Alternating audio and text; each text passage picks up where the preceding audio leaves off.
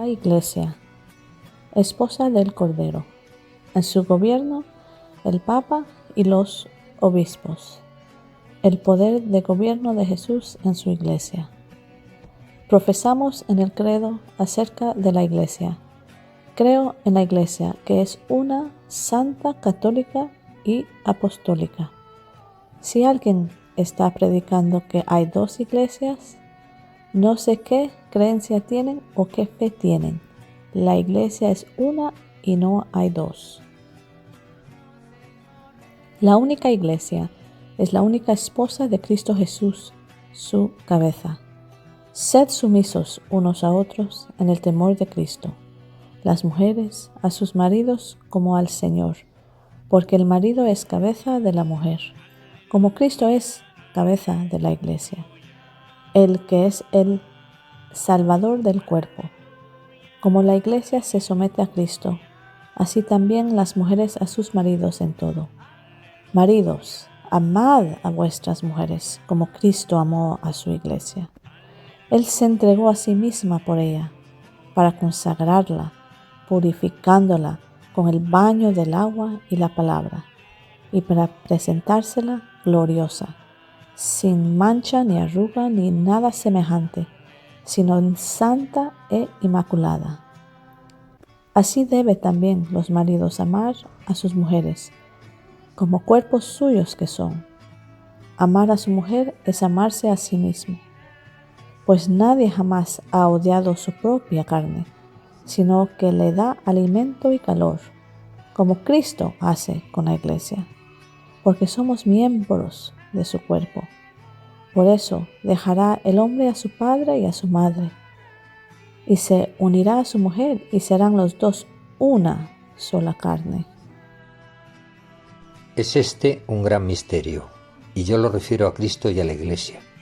En una palabra, que cada uno de vosotros ame a su mujer como a sí mismo, y que la mujer respete al marido. Efesios 5, 21, 33.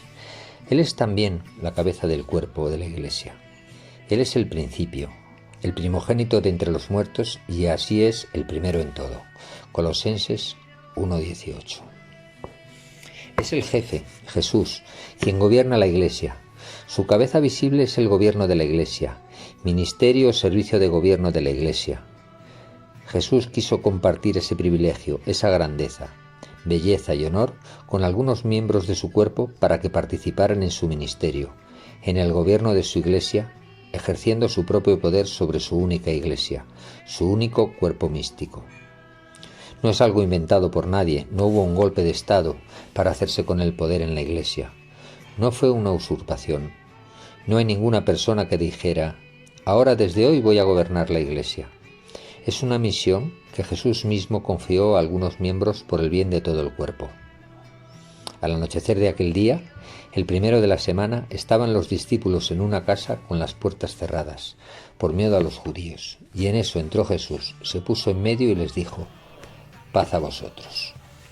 Y diciendo esto, les enseñó las manos y el costado. Y los discípulos se llenaron de alegría al ver al Señor. Jesús repitió, paz a vosotros, como el Padre me ha enviado, así también os envío yo. Y dicho esto, sopló sobre ellos y les dijo, recibid el Espíritu Santo. A quienes les perdonéis los pecados, les quedan perdonados. A quienes se los retengáis, les quedan retenidos. Juan 20, del versículo 19 al 23. Al llegar a la región de Cesarea de Filipo, Jesús preguntó a sus discípulos, ¿quién dice la gente que es el Hijo del Hombre? Ellos contestaron, unos que Juan el Bautista, otros que Elías, otros que Jeremías o uno de los profetas. Él les preguntó, ¿y vosotros? ¿Quién decís que soy yo?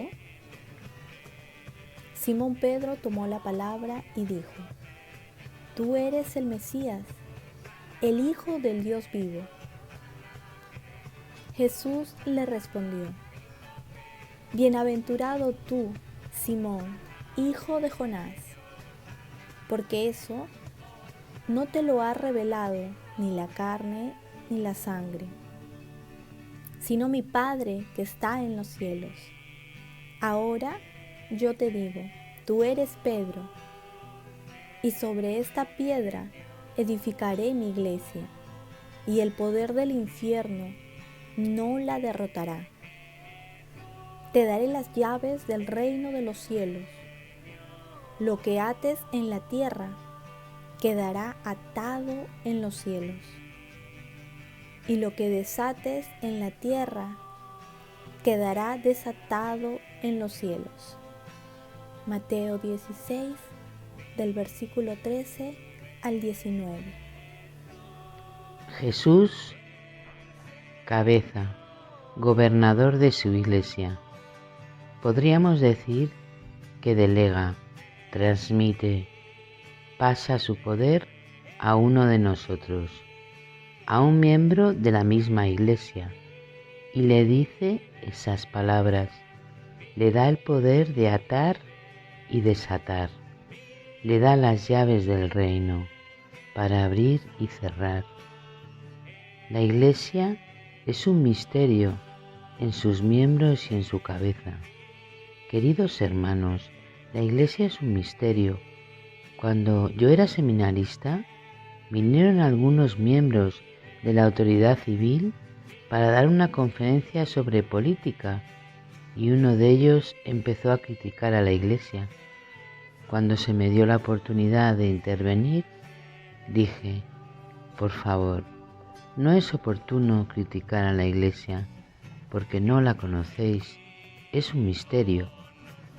De cualquier modo, es muy importante pensar qué hago yo en la iglesia, cuál es mi papel en ella, qué es lo que yo estoy haciendo.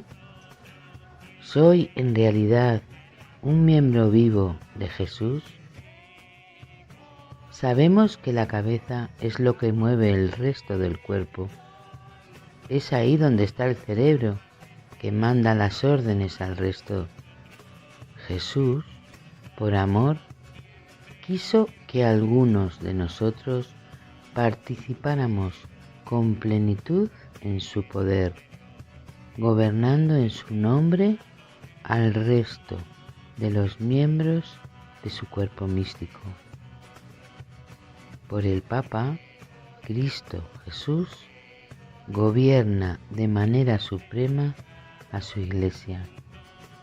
La iglesia en el mundo entero se beneficia a través del Papa del ministerio de gobierno del pueblo, de Dios Padre, Hijo y Espíritu Santo. Es un ministerio de gobierno sagrado que el Papa ejerce para el bien de todo el pueblo y en comunión con él, del mismo modo que la cabeza manda a los miembros del cuerpo para el bien de la misma cabeza y de todos los miembros y en comunión con cada miembro. La cabeza de la Iglesia incluye el colegio de los obispos del mundo entero que comparten con el Papa ese ministerio de gobierno del pueblo de Dios Padre, Hijo y Espíritu Santo. ¿Es Cristo Jesús quien mueve la cabeza de la Iglesia o es Él mismo esa cabeza? Ese poder mueve a todos los miembros del cuerpo de la Iglesia. Imaginemos que un miembro se resiste a ser movido por la cabeza, por el cerebro. Sería una enfermedad, una parálisis, porque la comunicación vital está rota entre ese miembro y el cerebro. ¿Y qué pasa después? Como los sarmientos no conectados con la vid terminan muriéndose. Queridos hermanos en Cristo Jesús, tened cuidado si aún tenéis oídos para escuchar esto. Ese sarmiento desconectado de la vid lo estáis viendo vivo. Pensáis que aún está vivo, que no ha muerto, que no se ha secado a pesar de estar fuera. Pero se secará mañana, morirá mañana, es cuestión de tiempo. Podemos profetizar ahora en el nombre del Señor Jesús, llenos del Espíritu Santo al que hemos invocado. Toda persona que esté insultando al Papa Francisco o hablando mal de él, tendrá problemas en pocos días. Lo veréis, es así. Aunque nosotros no lo veamos, podrán ser problemas espirituales porque no recibe el alimento adecuado para vivir. Hoy hay muchas personas totalmente desconectadas del gobierno de la Iglesia. Atacan de manera encarnizada al Papa Francisco, no solo a él, también a los obispos, como si fueran nuevas enseñanzas que hubieran recibido del Espíritu Santo. No estoy dando ningún nombre y pretenden ser predicadores insultando al Papa. Eso nunca puede ser del Espíritu Santo, porque el Espíritu Santo no puede luchar contra sí mismo. No puede ser. El Espíritu Santo no puede atacar la cabeza de su diócesis, a su obispo. Eso no puede ser. Cualquier persona que lo intente tendrá problemas en su alma. Hay muchos que están en peligro, pero aún no lo saben. Pero llegará el día en que habrán perdido todo sin realmente poder volver a la vía y a la vida. Porque como he explicado antes, la parte del cuerpo que no se deja gobernar por la cabeza acaba muriendo. Es muy importante que entendamos esto y que recemos por la unidad de la Iglesia Católica, Apostólica y Romana. Lo he dicho muchas veces. Una vez escuché algo de alguien que estaba predicando y me gustó. Decía, no me extraña que al papá se le critique o que le llamen lo que le llaman. Es normal, porque a Jesús también le insultaron, le llamaron Belcebú. Y tú que estás insultando al Papa, has de saber que estás trabajando para Satanás. Quizás no lo sabes, porque tienes mucha gente que te sigue, mucha gente que lee lo que les mandas. Pero aunque seáis muchos, eso no significa que estáis proclamando la verdad. Y si el Espíritu Santo ha hecho que tú escuches esto, lo primero que tienes que hacer es confesarte hoy mismo o mañana por ese pecado y renunciar para profesar tu fe a la Iglesia. El Papa Francisco, con sus predecesores o sus sucesores, tiene la misión misma de Jesús en la tierra y nadie puede subir allí y nadie es elegido Papa improvisadamente. Es el Espíritu Santo quien lo elige, lo queramos o no lo queramos.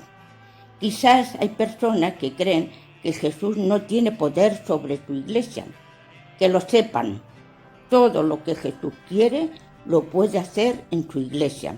Por lo tanto, el Papa Francisco y los obispos que tienen esa responsabilidad en el ministerio de gobierno de la Iglesia es porque Jesucristo está de acuerdo.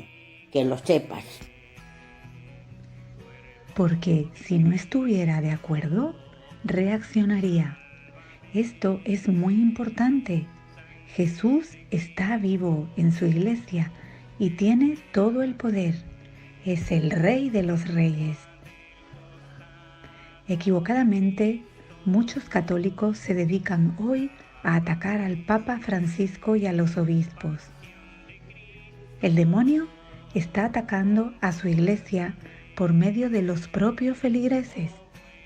He vivido en parroquias ubicadas en una provincia donde había muchos adventistas y su misión es atacar al Papa principalmente diciendo que es el anticristo.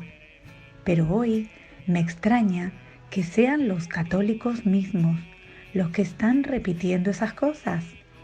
¡Qué pena! Es para llorar. Es muy triste. Ha llegado para ti el momento de verdad. Conviértete a la Iglesia dirigida hoy por el Papa Francisco. Solo hay una Iglesia, no dos. Nuestra misión es rezar por el Papa, rezar por los obispos, rezar por nuestra Iglesia, por los que tienen la responsabilidad sobre nosotros y sobre el mundo entero. Nunca hables mal de tu obispo, nunca hables mal del Papa, nunca, nunca. Es tu papá y recibió el honor de ser elegido para tu bien, lo quieras o no lo quieras.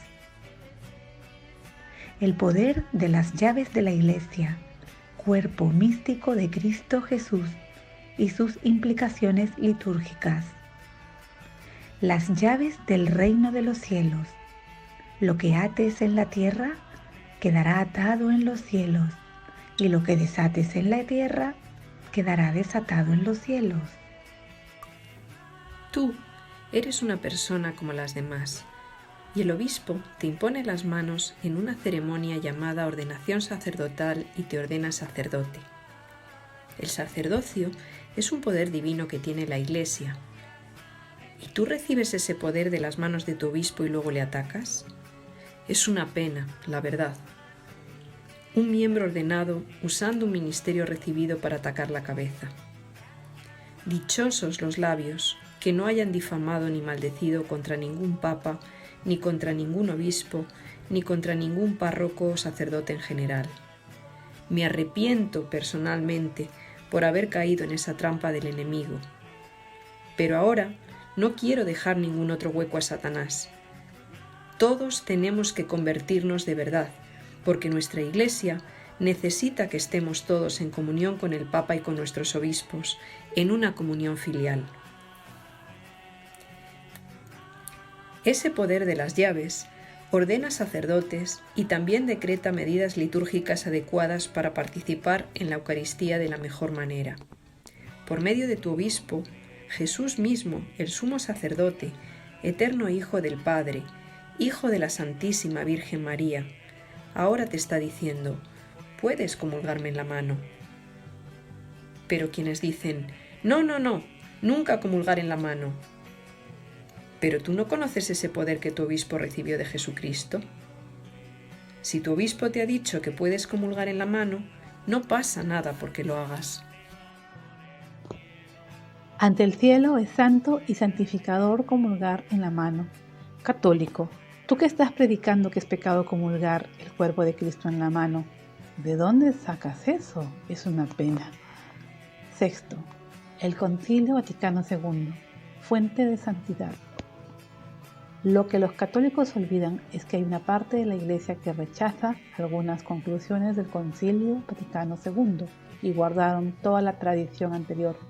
Hoy actúan en las redes sociales. Puedes ver en videos a alguien vestido de sacerdote o con imágenes de la Virgen María o ante el sagrario, creyendo que está siguiendo lo que dice un sacerdote católico. ¿Pero estamos rechazando el Concilio Vaticano II? Los obispos del mundo entero llegaron a esas conclusiones apoyados por la oración intensa de toda la Iglesia. Los cristianos rezaron por ese concilio, invocaron al Espíritu Santo durante muchísimo tiempo. Ahora hay santos hijos del Vaticano II, como el Papa Juan XXIII, que fue quien lo convocó, el Papa Pablo VI, que lo clausuró, el Papa Juan Pablo II, que participó en él. Son santos y podemos decir que esa obra que ha engendrado santos no vale. ¿Qué fue para destruir la Iglesia? Eso no puede ser. Por favor, cristianos, despertaos, que las redes sociales no os engañen. Debéis hablar con vuestros obispos en carne y hueso. Sabéis dónde están. En lugar de obedecer a sacerdotes predicando en las redes o obispos que también rechazan el Concilio Vaticano II. No son estos los que están en la verdad, no, porque la Iglesia es una y las llaves las tiene el Papa Francisco, las llaves del reino dadas por Jesús. Terminando, vamos a recordar el sueño del santo Juan Bosco. Juan Bosco se lo contó al Papa. Vio una barca grande conducida por el Papa que estaba siendo atacada por muchas barcas pequeñas en el mar. Había dos columnas blancas, una grande y otra más pequeña, brillantes, iluminando la barca grande. De ahí salían luces para orientar a la barca que iba dirigiéndose a las columnas. Desde las barcas pequeñas disparaban al Papa y él murió. Pero en la barca eligieron otro y se levantó y condujo la barca hasta las columnas y allí los enemigos fueron vencidos y hubo paz. San Juan Bosco, o Don Bosco, el 30 de mayo de 1862, por la noche, les contó una parábola o semejanza, según él quiso denominarla. He aquí sus palabras. Les quiero contar un sueño. Es cierto que el que sueña no razona. Con todo, yo, ¿qué les contaría a vosotros hasta mis pecados, si no temiera que salieran huyendo asustados o que se cayera la casa? Les voy a contar para su bien espiritual. Este sueño lo tuve hace algunos días. Figúrense que están conmigo a la orilla del mar, o mejor, sobre un escollo aislado, desde el cual no ven más tierra que la que tienen debajo de los pies.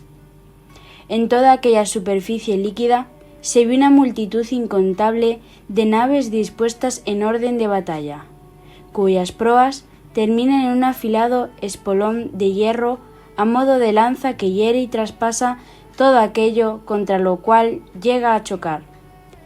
Dichas naves están armadas de cañones, cargadas de fusiles y de armas de diferentes clases, de material incendiario y también de libros, y se dirigen contra otra embarcación mucho más grande y más alta, intentando clavarle el espolón, incendiarla o al menos hacerle el mayor daño posible. A esta majestuosa nave, provista de todo, hacen escolta numerosas navecillas que de ella reciben las órdenes, realizando las oportunas maniobras para defenderse de la flota enemiga. El viento le es adverso, y la agitación del mar favorece a los enemigos. En medio de la inmensidad del mar se levantan sobre las olas dos robustas columnas, muy altas, poco distante la una de la otra. Sobre una de ellas campea la estatua de la Virgen Inmaculada, a cuyos pies se ve un amplio cartel con esta inscripción: Auxilium Christianorum. Sobre la otra columna, que es mucho más alta y más gruesa, hay una hostia de tamaño proporcionado al pedestal y debajo de ella otro cartel con estas palabras: Salus Credentium. El comandante supremo de la nave mayor, que es el romano pontífice, al apreciar el furor de los enemigos y la situación apurada en que se encuentran sus leales, piensa en convocar a su alrededor a los pilotos de las naves subalternas para celebrar consejo y decidir la conducta a seguir. Todos los pilotos suben a la nave capitaneada y se congregan alrededor del Papa. Celebran consejo, pero al comprobar que el viento arrecia cada vez más y que la tempestad es cada vez más violenta, son enviados a tomar nuevamente el mando de sus naves respectivas. Restablecida por un momento la calma, el Papa reúne por segunda vez a los pilotos, mientras la nave capitana continúa su curso. Pero la borrasca se torna nuevamente espantosa. El pontífice empuña el timón y todos sus esfuerzos van encaminados a dirigir la nave hacia el espacio existente entre aquellas dos columnas, de cuya parte superior, todo en redondo, prenden numerosas áncoras y gruesas argollas unidas a robustas cadenas. Las naves enemigas dispónense todas a asaltarla, haciendo lo posible por detener su marcha y por hundirla. Unos con los escritos, otras con los libros, con materiales incendiarios, de los que cuentan gran abundancia, materiales que intentan arrojar a bordo, otras con los cañones, con los fusiles, con los espolones. El combate se torna cada vez más encarnizado. Las proas enemigas chocan contra ella violentamente, pero sus esfuerzos y su ímpetu resultan inútiles. En vano reanudan el ataque y gastan energías y municiones. La gigantesca nave prosigue segura y serena su camino. A veces sucede que por efecto de las acometidas de que se le hace objeto, muestra en sus flancos una larga y profunda hendidura. Pero apenas producido el daño, sopla un viento suave de las dos columnas y las vías de agua se cierran y las brechas desaparecen. Disparan entre tanto los cañones de los asaltantes y al hacerlo revientan, se rompen los fusiles, lo mismo que las demás armas y espolones, y muchas naves se abren y se hunden en el mar. Entonces los enemigos encendidos de furor comienzan a luchar empleando el arma corta, las manos de los puños y las injurias, las blasfemias, maldiciones, y así continúa el combate. Cuando he aquí que el Papa cae herido gravemente, inmediatamente los que le acompañan acuden a ayudarle y le levantan. El pontífice es herido una segunda vez, cae nuevamente y muere. Un grito de victoria y de alegría resuena entre los enemigos. Sobre las cubiertas de sus naves reina un júbilo indecible. Pero apenas muerto el pontífice, otro ocupa el puesto vacante. Los pilotos reunidos lo han elegido inmediatamente, de suerte que la noticia de la muerte del Papa llega con la elección de su sucesor. Los enemigos comienzan a desanimarse. El nuevo pontífice, venciendo y superando todos los obstáculos, guía la nave hacia las dos columnas y al llegar al espacio comprendido entre ambas, la amarra con una cadena que pende de la proa a una áncora de la columna que ostenta la hostia, y con otra cadena que pende de la popa, la sujeta de la parte opuesta a otra áncora, colgada de la columna que sirve de pedestal a la Virgen Inmaculada. Entonces se produce una gran confusión. Todas las naves que hasta el momento habían luchado contra la embarcación capitaneada por el Papa se dan a la huida. Se dispersan, chocan entre sí y se destruyen mutuamente. Unas, al hundirse, procuran hundir a las demás. Otras navecillas que han combatido valerosamente a las órdenes del Papa son las primeras en llegar a las columnas donde quedan amarradas. Otras naves, por miedo al combate, se habían retirado y que se encuentran muy distantes. Continúan observando prudentemente los acontecimientos, hasta que al desaparecer en los abismos del mar los restos de las naves destruidas, bogan aceleradamente hacia las dos columnas, llegando a las cuales se aseguran a los garfios pendientes de las mismas, y allí permanecen tranquilas y seguras, en compañía de la nave capitana ocupada por el Papa. En el mar reina una calma absoluta. Defendamos y amemos al Papa Francisco y a nuestros obispos. Ya sabéis cómo está siendo atacada la Iglesia Católica, dirigida por el Papa Francisco, por las sectas, por las otras religiones, por la nueva era. ¿Cómo nos atrevemos nosotros, cristianos católicos, a atacarnos a nosotros mismos? ¡Qué vergüenza! No, no es que sea una pena solamente. Cuando la barca llegó a las columnas, el enemigo fue destruido. Esas columnas representan a Jesús en la Eucaristía la grande y a la Santísima Virgen la otra. Así, los salvados están en la barca y los que están fuera murieron en las pequeñas barcas. Nadie llegó a término. Queridos hermanos, es muy importante quedarse en la barca que dirige hoy en día el Papa Francisco.